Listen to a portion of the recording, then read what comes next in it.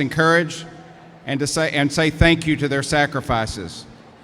We do not forget those who can only be here with us in spirit as well, those who have passed, and especially those who have made the ultimate sacrifice of their lives on countless battlefields around the world. We thank you for the honor you possess, your sense of duty, your courage. It is those qualities that led each of you to defend these United States of America. Veterans Day was originally known as Armistice Day. Today we celebrate the 100th anniversary of Armistice Day. The holiday was designated as a day to celebrate the end of World War I and was created by declaration of President Woodrow Wilson. It was first celebrated on November 11, 1919. The legislation that created this day was, and I quote, dedicated to the cause of world peace and to be hereafter celebrated and known as Armistice Day. Formal hostilities of World War I ended at the 11th hour of the 11th day of the 11th month of 1918.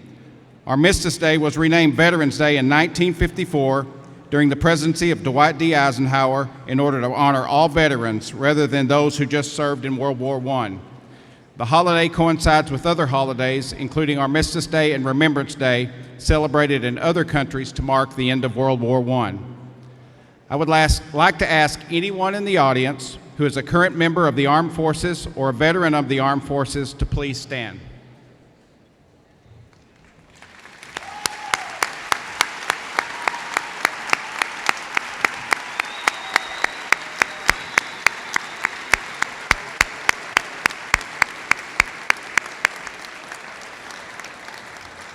We thank you for answering the call.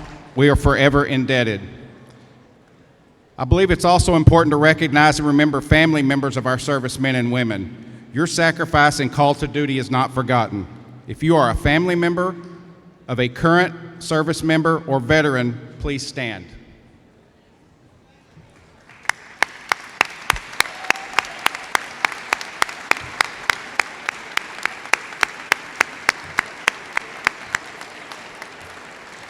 Thank you for your sacrifices and important contributions in defense of our freedoms.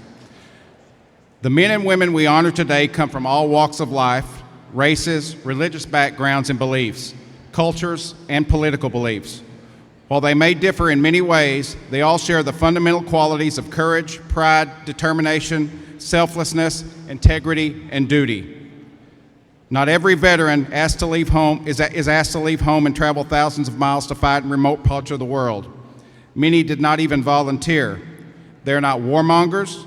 They answered the call of their country and became a part of something bigger than themselves. They gave of themselves to protect our freedoms. Their sacrifice allows you to worship as you choose, select your leaders, work in the career of your choice, and obtain an education from a beautiful facility like LaPorte High School, and to further your education beyond this campus. President Harry Truman said, "Our debt to the heroic men and valiant women in the service of our country can never be repaid. They have earned our undying gratitude.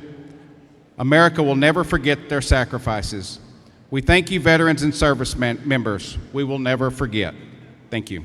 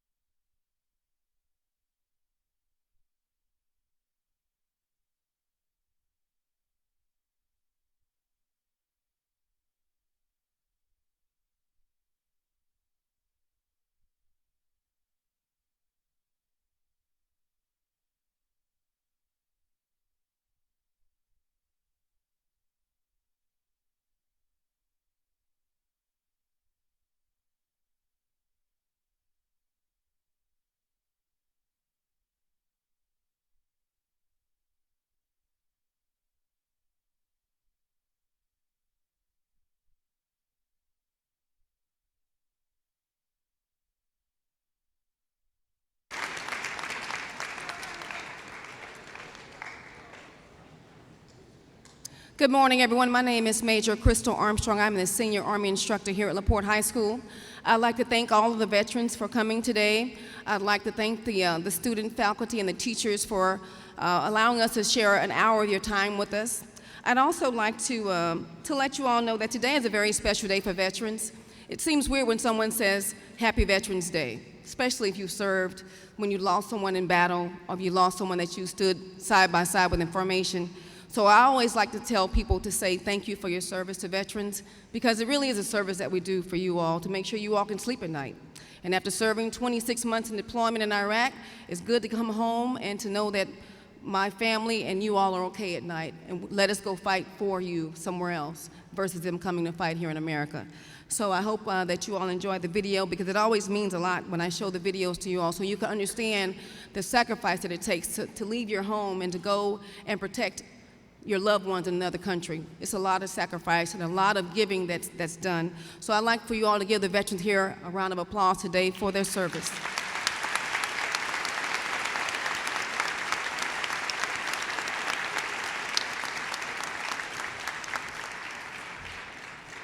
I'd like to welcome our special guest today as well. We do have members of the board members here today.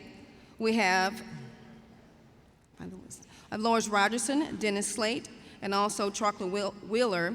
We do have the Deputy Superintendent here, Dr. Linda Watley, the Assistant Superintendent, Mr. Mike Clausen.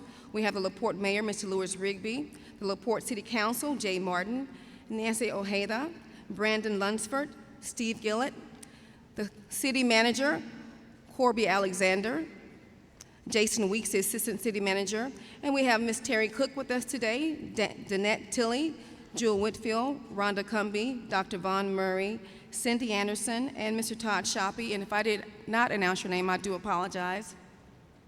Today, I would like for you all to please stand for the presentation of the colors, Pledge of Allegiance, and the National Anthem.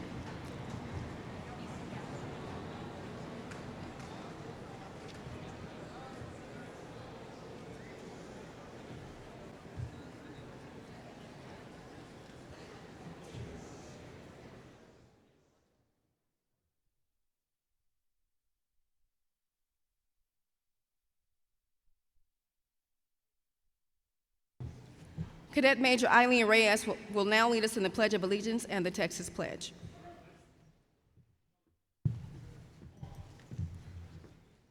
Good morning. Would you please join me in the Pledge of Allegiance? I pledge allegiance to the flag of the United States of America and to the republic for which it stands, one nation, under God, indivisible, with liberty and justice for all. Now for the Texas Pledge. Honor the Texas Pledge of allegiance to lead Texas, one state, under God, one and indivisible. Please remain standing for the national anthem by choir and posting of the colors.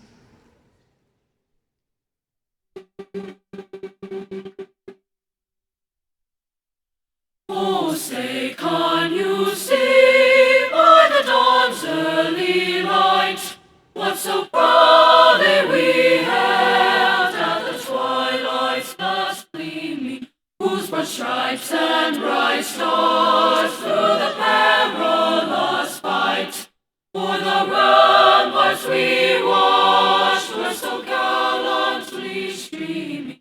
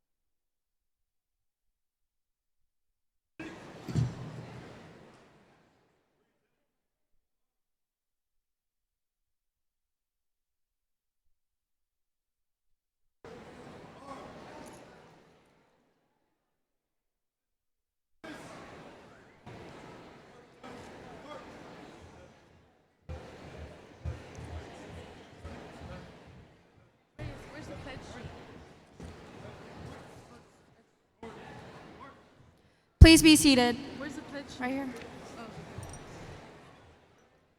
I would like to introduce the Bulldog Battalion Commander, Cadet Lieutenant Colonel Ashley Yola.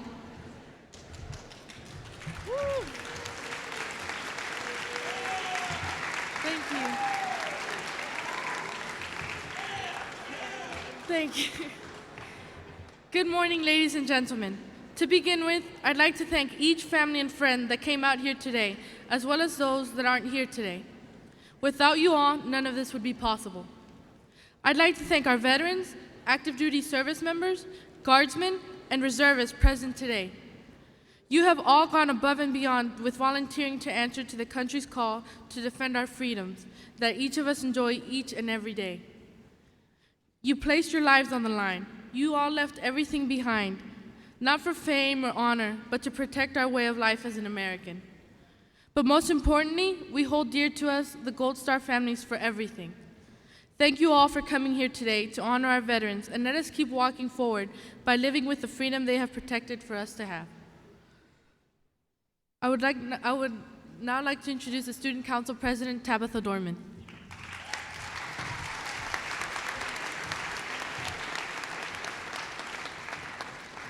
Good morning, LaPorte ISD, students, faculty, and administrators. I'd like to say a special welcome to our guest. It is with great pleasure that I get to speak to you all today. Before I continue, I would like to acknowledge the veterans of my family. Both of my grandfathers served in the Army and Navy and are men I have admired for their character and compassion for others. They have taught me to be selfless and to be courageous, both virtues instilled during their service. I would like to say to all of our veterans in attendance, on behalf of the student body, thank you for your service to our country and for all that you have done for our freedom.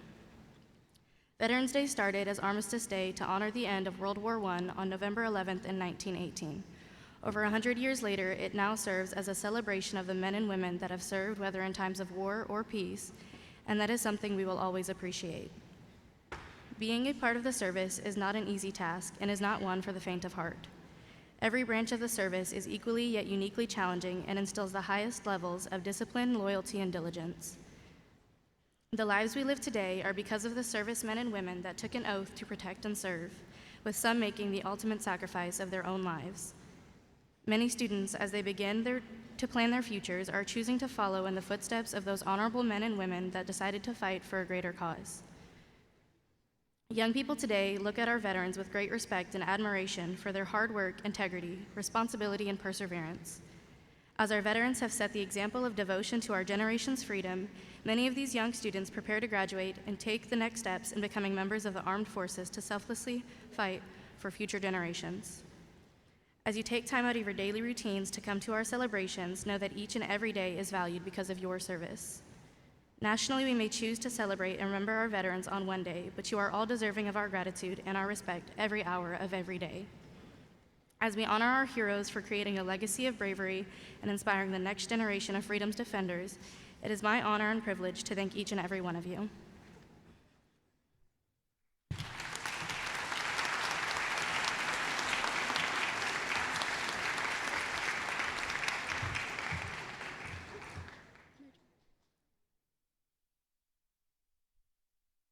The LaPorte High School Band will now play a tribute to each of Armed Forces veterans. Please stand when you hear the song of your branch.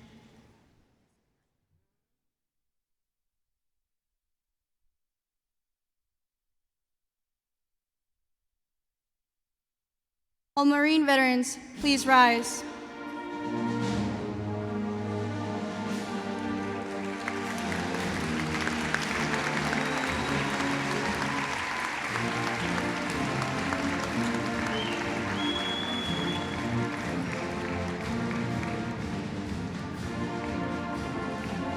All Army soldiers, please rise.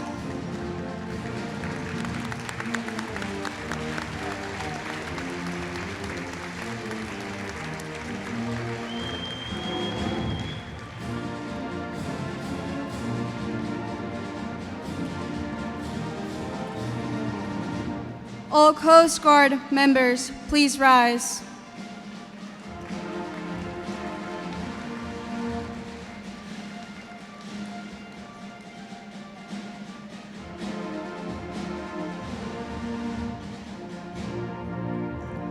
All Air Force members, please rise.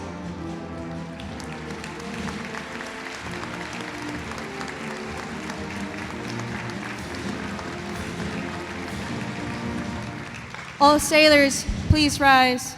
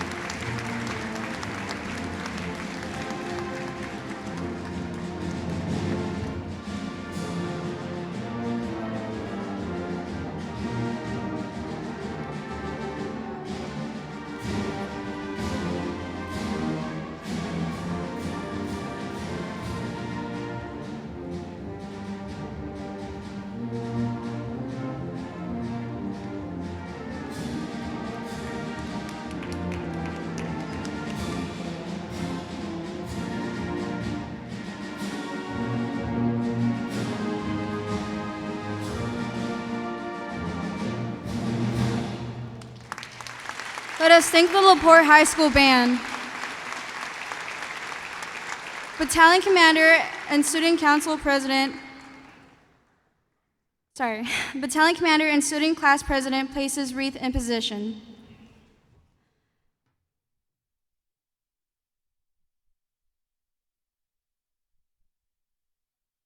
This wreath is dedicated to the veterans who are no longer with us.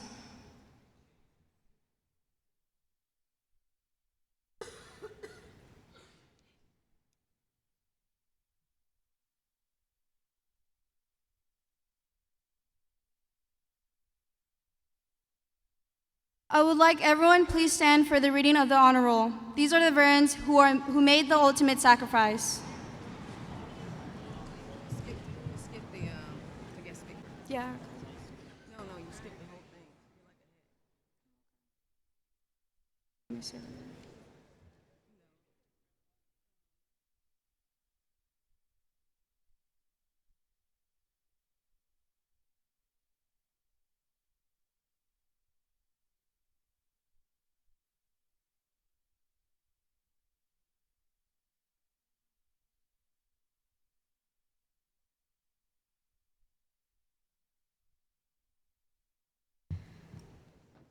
Henry Andrews. Cecil Bathia. Philip Carter. Simi Nix. Dalton Baker. Robert Leroy. George Pulliam Jr. Russell Spikes. Andrew Vickers. Whedon Hardin. Ben Simpson. Kenneth Baker Jr. Roger Phillips. Billy Platt. Alvin Booth. Jared Greenwell. Leroy Sandoval. Cody Robert Norris. Daniel Camlin. Please be seated. Now I'll be followed by Major Armstrong.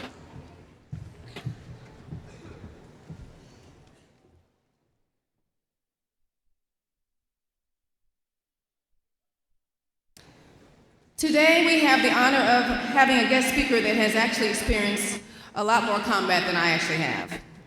We have Mr. James Larson with us today. He is a native of Nebraska. He grew up on a farm. He spent his first 5 years of elementary school in a one-room school. I was like, wow. He graduated from Newborough High School and later graduated from Wayne State College. After graduation, he worked as a farmer and also as a construction worker before enlisting in the United States Army in 1989. Mr. Larson has spent time on active Army duty, as well as in the South Dakota Air National Guard, the U.S. Army Reserves, and also he spent time working with the security forces in the Civil Engineering Wing, Disaster Preparedness Squadron, supporting multiple state and federal agencies. As a helicopter mechanic and a door gunner, he was a member of the 8th of the 101st Aviation Battalion Air Assault.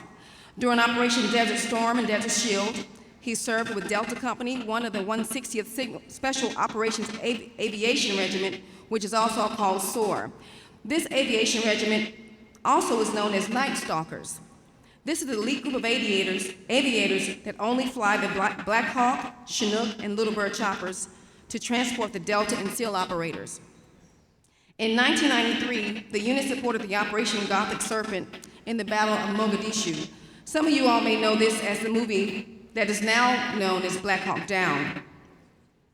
Just to give you some background about the battle, while supporting a team of Delta operators and Rangers trying to arrest top lieutenants of the Klan run by Muhammad Farah Aidid, the unit lost 2 Black Hawks to RPG fire from the ground.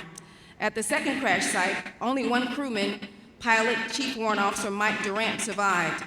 2 Delta snipers, Randy Shugart and Gary Gordon, deployed to protect him from a Somali mob numbering into the hundreds.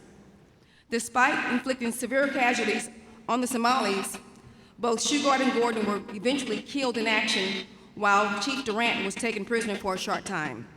Later, both Delta snipers were awarded the Medal of Honor.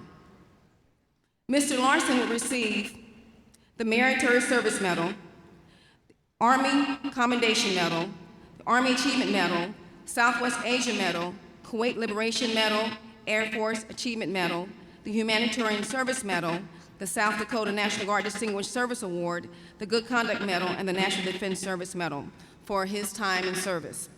Since leaving the military, he currently is the senior manager of subcontracts with Kellogg Brown & Root, which some of you all may know as KBR. He has traveled extensively with KBR to Baghdad, Iraq, southern Yemen, Jakarta, Indonesia, and Western Australia. He has 2 children. His son is a recent graduate of the U.S. Naval Academy, and his daughter is a trained pastry chef. I was like, wow, must be nice. His hobbies include running, weight training, and firing weapons. So I would like for you all to give your full attention to Mr. James Larson.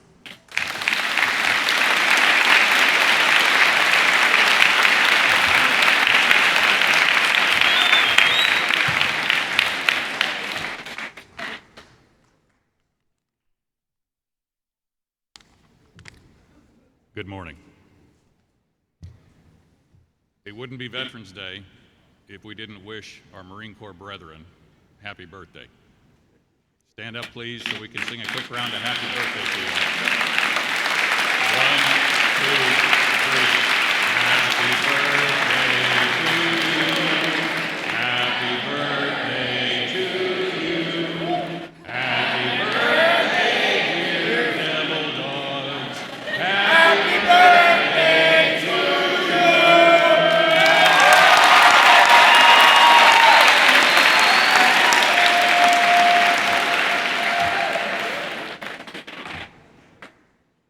Good morning, faculty, staff, students, and honored guests, and especially the veterans. I'd like to give a special thanks to some people, to Major Armstrong for making this happen, to Ms. Kathleen Sharpsburg for being supportive through some rough times, and to Ophelia Hernandez, who was the type of citizen that makes service and sacrifice worth it. Thank you, Ophelia. If you're here, raise your hand.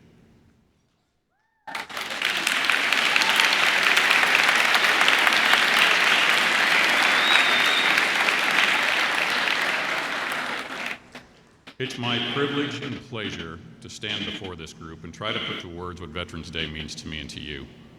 There's always a story behind the person wearing the I served hat or t-shirt, or perhaps has a bumper sticker on their vehicle. I can't pretend to tell each story, but we can better understand the driving philosophies and mindset that's built in service that empowers the veteran to fight through even the worst of times, to go on to live a life they cherish after their service is complete. I can tell you there are times in life of a veteran that becomes so ingrained in their memory, the very thought brings on a variety of emotions. The Major brought one of those up for me today. And I just want to note that my brethren, Tommy Fields, Bill Cleveland, Cliff Wolcott, and Iron Man, I worked with these guys every day in the flight line. Flew with them, trained with them, and we buried them. It's poignant when it comes to that perspective, because then you truly understand what sacrifice is all about. So let's not forget the memory of those who've gone before us that didn't have the privilege of coming home. Understand that the veteran's commitment and sacrifice is also one of deep emotional commitment shared by others he or she considers a family closer than blood. I have to stand back a bit. Certain anniversary dates, celebrated or otherwise, cause a deep stirring within them. And I think every veteran in here right now has one of those anniversary dates, if I'm correct.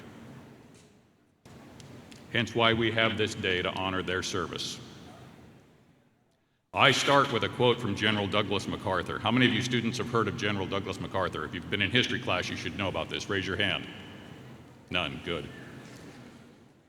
You may have heard of General Douglas MacArthur. General MacArthur comes from a distinguished military family whose members comprised only one of two father and son Congressional Medal of Honor recipients. His father was an 18-year-old officer in the Union Army during the Civil War and received the Medal of Honor for bravery, and that was a driving philosophy as to why General MacArthur became the person who he is. He was a controversial officer, make no bones about that, yet a brilliant general who was responsible for much of the success had in the Pacific theater of World War II. He led the fight in Korea until relieved from command by President Truman, who, by the way, was a lieutenant colonel in World War I in charge of an artillery battalion. This goes to show the profound influence that veteran leaders have, and particularly so when President Truman relieved General MacArthur from command in Korea. Veterans can be independent and do what they think is right at all times, regardless of the consequence. The removal of General MacArthur remains a subject of debate today, so again, that continues that impact. So here's General MacArthur's quote, and some of you who've been in the Army may recognize this quote. Duty, honor, country. Those three hallowed words reverently dictate what you ought to be, what you can be, and what you will be. They are your rallying points to build courage when courage seems to fail, to regain faith when there seems to be little cause for faith, to create hope when hope becomes forlorn. As I look out onto this group of students, I see the future citizens and leaders of Texas. It becomes apparent to me that General MacArthur's quote means very little unless it is unbundled in the context of what today means. It can define a lifetime of service when put into a personal philosophy that drives a person to accomplish that which they believe impossible to accomplish. Let's unbundle what they mean in their context of Veterans Day. To do so, I'm going to use a combination of the civilian definition of the terms duty and honor and the U.S. Army values. The regular definition of duty is defined as a moral or legal obligation, a responsibility. The U.S. Army values definition of duty: fulfill your obligations. Doing your duty means more than carrying out your assigned tasks. Duty means being able to accomplish tasks as part of a team. The work of the U.S. Army and of every branch of service is a complex combination of missions, tasks, and responsibilities, all in constant motion. Our work entails building one assignment onto another. You fulfill your obligations as part of your unit every time you resist the temptation to take shortcuts that might undermine the integrity of the final product. Now, that is a life lesson that we all take away from this today. The regular definition of honor is high respect, great esteem, adherence to what is right or to a conventional standard of conduct. U.S. Army values definition of honor. Live up to Army values. The nation's highest military award is the Congressional Medal of Honor. This award goes to soldiers who make honor a matter of daily living. Soldiers who develop the habit of being honorable and solidify that habit with every value choice they make. Honor is carrying out, acting, and living the values of respect, duty, loyalty, selfless service, integrity, and personal courage in everything you do. Country requires no definition in this context. It is the United States of America. I'd like to discuss exactly what country means to me, a veteran whose commitment to duty and honor is now ingrained in my life as a result of my service. In my lifetime, I've had the opportunity to live in countries as a service member and as a civilian and foreign visa holder, not just visit as a tourist. I've experienced governments that were fully socialist, that were monarchies, or deeply religious to the point where other religions were illegal and persecuted. I've lived in one that was a highly corrupt administration and one in particular that was a dictatorship backed by the military. I've lived in some of the wealthiest countries in the world and some of the poorest. As a veteran myself, these experiences gave me perspectives about life in the United States that are a different perspective than those who seem to want to change the way we live. The same dictatorship that was backed up by the military held a very close friend of mine, a Marine Corps veteran, chief warrant officer. They held him hostage in a military prison for 6 months in Sana'a, Yemen. He was tortured every day. He was tortured simply because he was suspected of some manner of disrespectful activity which was never proven, nor was he given his day in court. Only the negotiations of an ally freed him from what was an otherwise certain life sentence or death. This was a man with family, grandkids, and whose military training and discipline, duty and honor and courage saved his life. We live in a country where one is innocent until proven guilty. We need to reflect on that. Where we can worship as we want and speak as we please. I find personally that there are very few places remaining on this earth where one can so freely enjoy these rights. I can say with certainty, and with the memories of threatening to be kidnapped and arrested by customs while working in the dictatorship, that we grossly underestimate the freedoms we have here. We have the greatest country on earth, and our freedoms, defended by veterans now and in the past, should never be taken for granted. Here at home and as a veteran, I defend a protester's right to freedom of speech as passionately as I defend my right to protest their views. Veterans are usually politically engaged and highly aware of the political climate, simply because we have had a different set of life experiences that cause us to cherish, deeply cherish, all of our rights and those of others. We may disagree with the opinions and loudly dissent with the same passion. But having any constitutional right taken from the people is something we strongly stand against.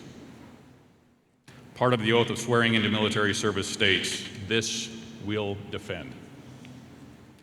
Veterans take this as sworn duty for the remainder of their lives. This is our country, a land where a person can choose to defend the nation with their service or to protest and endeavor to change something without fear of prosecution so long as the law and order are maintained. One can now understand why the sense of duty and honor run deeply within the psyche of the veteran.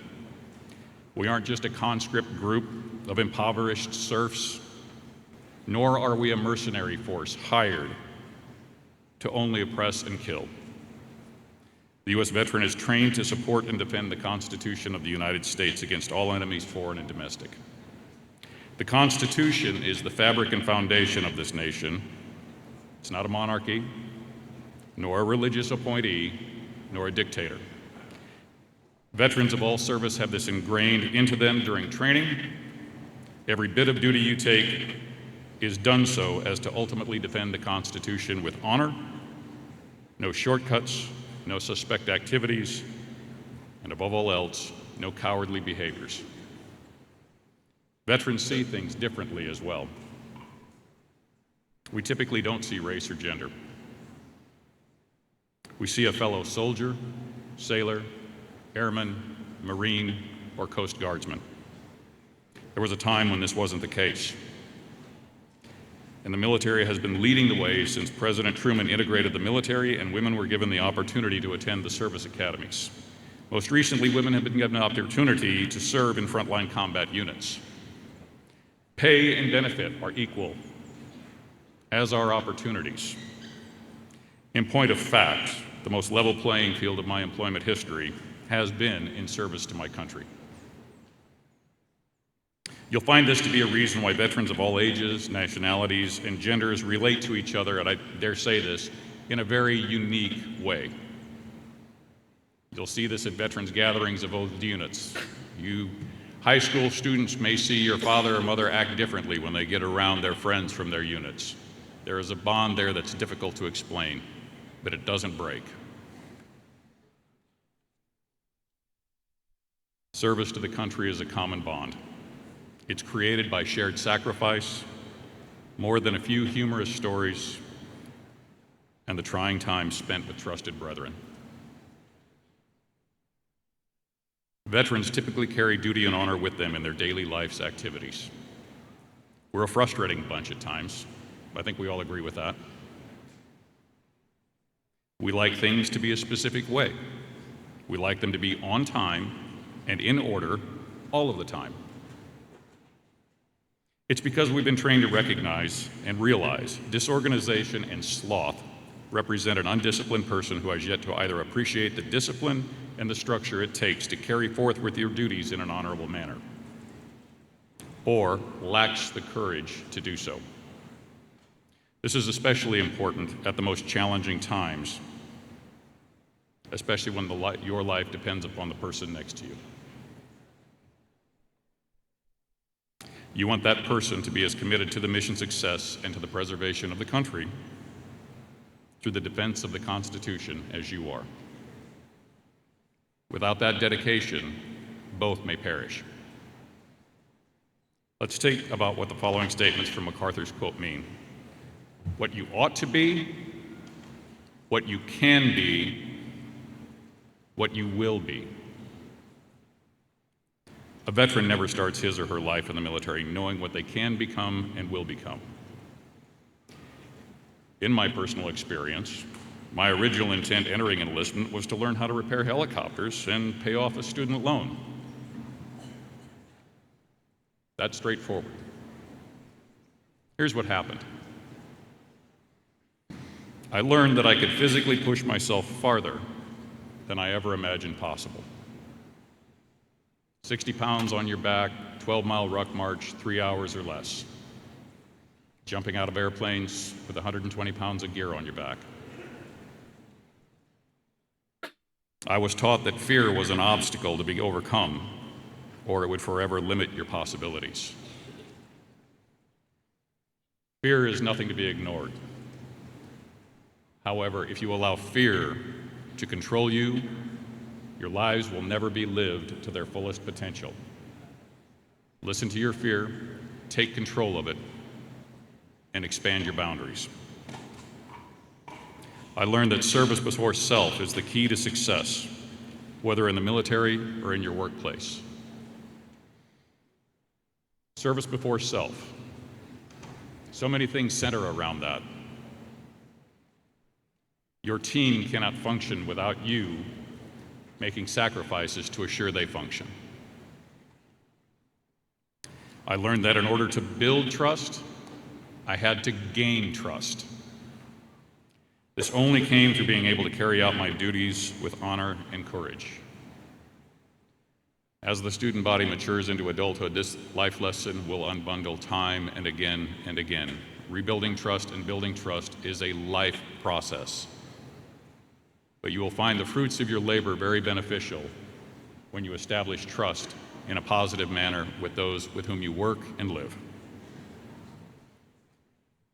I learned that there will always be challenges and obstacles. I'll say that again. I learned that there will always be challenges and obstacles. Life isn't fair.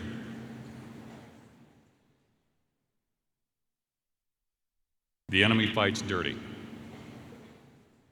I learned how to engage with moral decency to avoid becoming that which tries to destroy me. If your moral compass and your ethos are not centered in the right direction, that will destroy you. I learned that there will always be, that if I open my eyes and ears and shut my mouth long enough, which was a problem when I was younger, I was capable of learning amazing things beyond that which I thought I was capable of learning. When you look around the room and you see someone older than you, don't see someone you think is out of touch. See years of experience. See life lessons. See mistakes avoided. Have conversations. Listen with a soft heart, a willing mind, and open ears. The pain you will save yourself doing that is immeasurable. Finally, I learned that pride is dangerous when there is only pride in self. The entity to which you belong is something to be of great pride. Humility is even more important. Learn and master humility and service. These things were the traits I should have had before coming into the military and were taught to me through my service.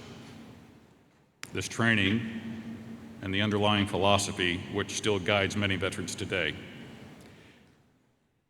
they're very much counterculture, especially when we live in this world that is a me-centric, immediate gratification world.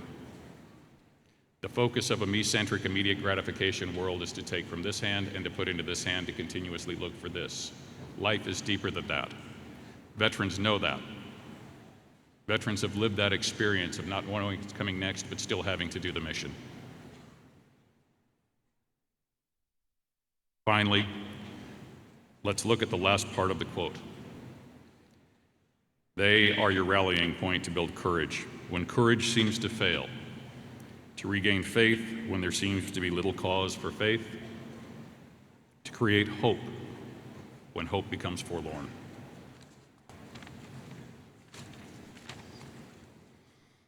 We can sit here and define the terms at will and prod the depths of the statement.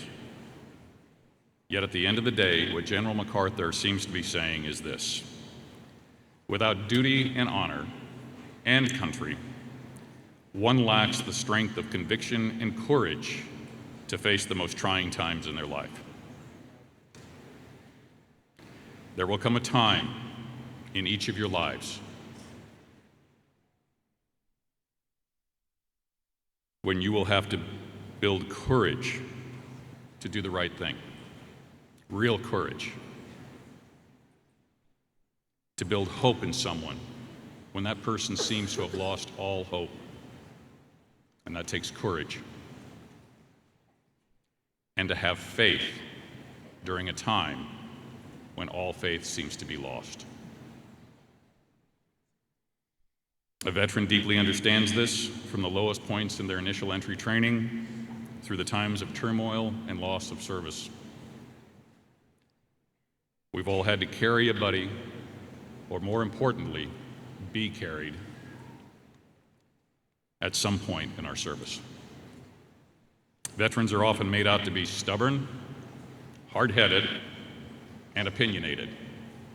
I don't think there's a veteran in the room here would argue that point. And if you do, I'll see you outside. Sometimes we are, but often it is because we tend to look at things from the perspective of what is best for the group as opposed to that which is best for the individual. We're trained to care for a group, service before self, and not just self. And the ability to courageously raise hope and faith using a sense of duty and honor is something we do as a habit.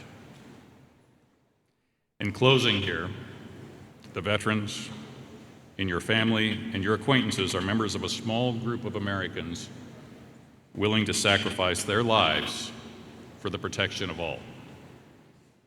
I'd like all the veterans to stand again.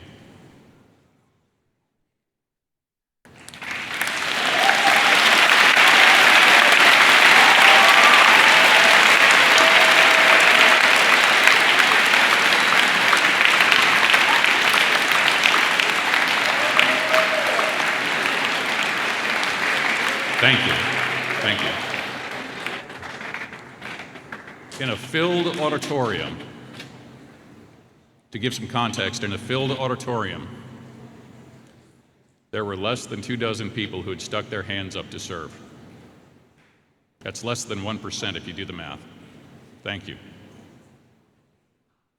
They bring with them years of training and service wherein service before self was driven by duty, honor, and country. It explains why the veterans who struggle to walk still stand for the anthem, why I shed a tear when I hear taps, and why we are who we are. Thank you for your time today. I appreciate it.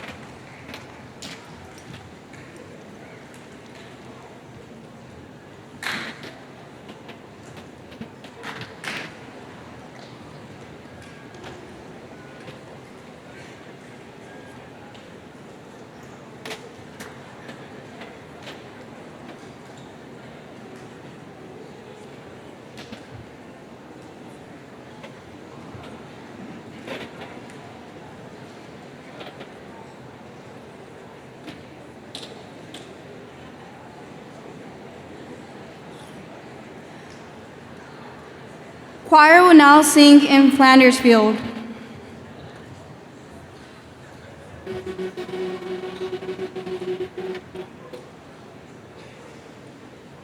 In Flanders fields the poppies blow, between the crosses row on row, that mark our place, and in the sky the lark still bravely singing fly.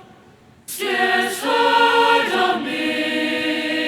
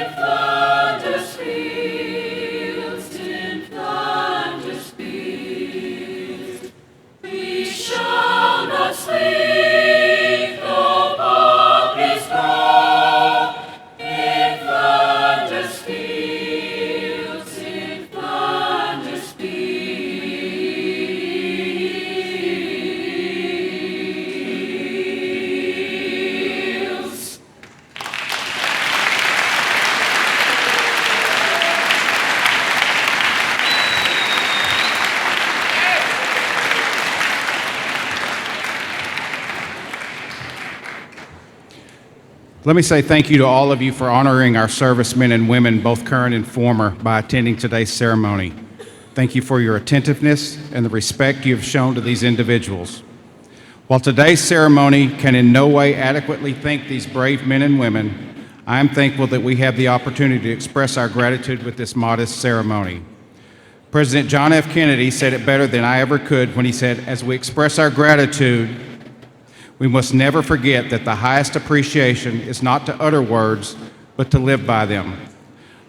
Let us honor these men and women by working together to protect the honor and freedoms that we are all so privileged to possess. May God bless each of you, and may God bless the United States of America.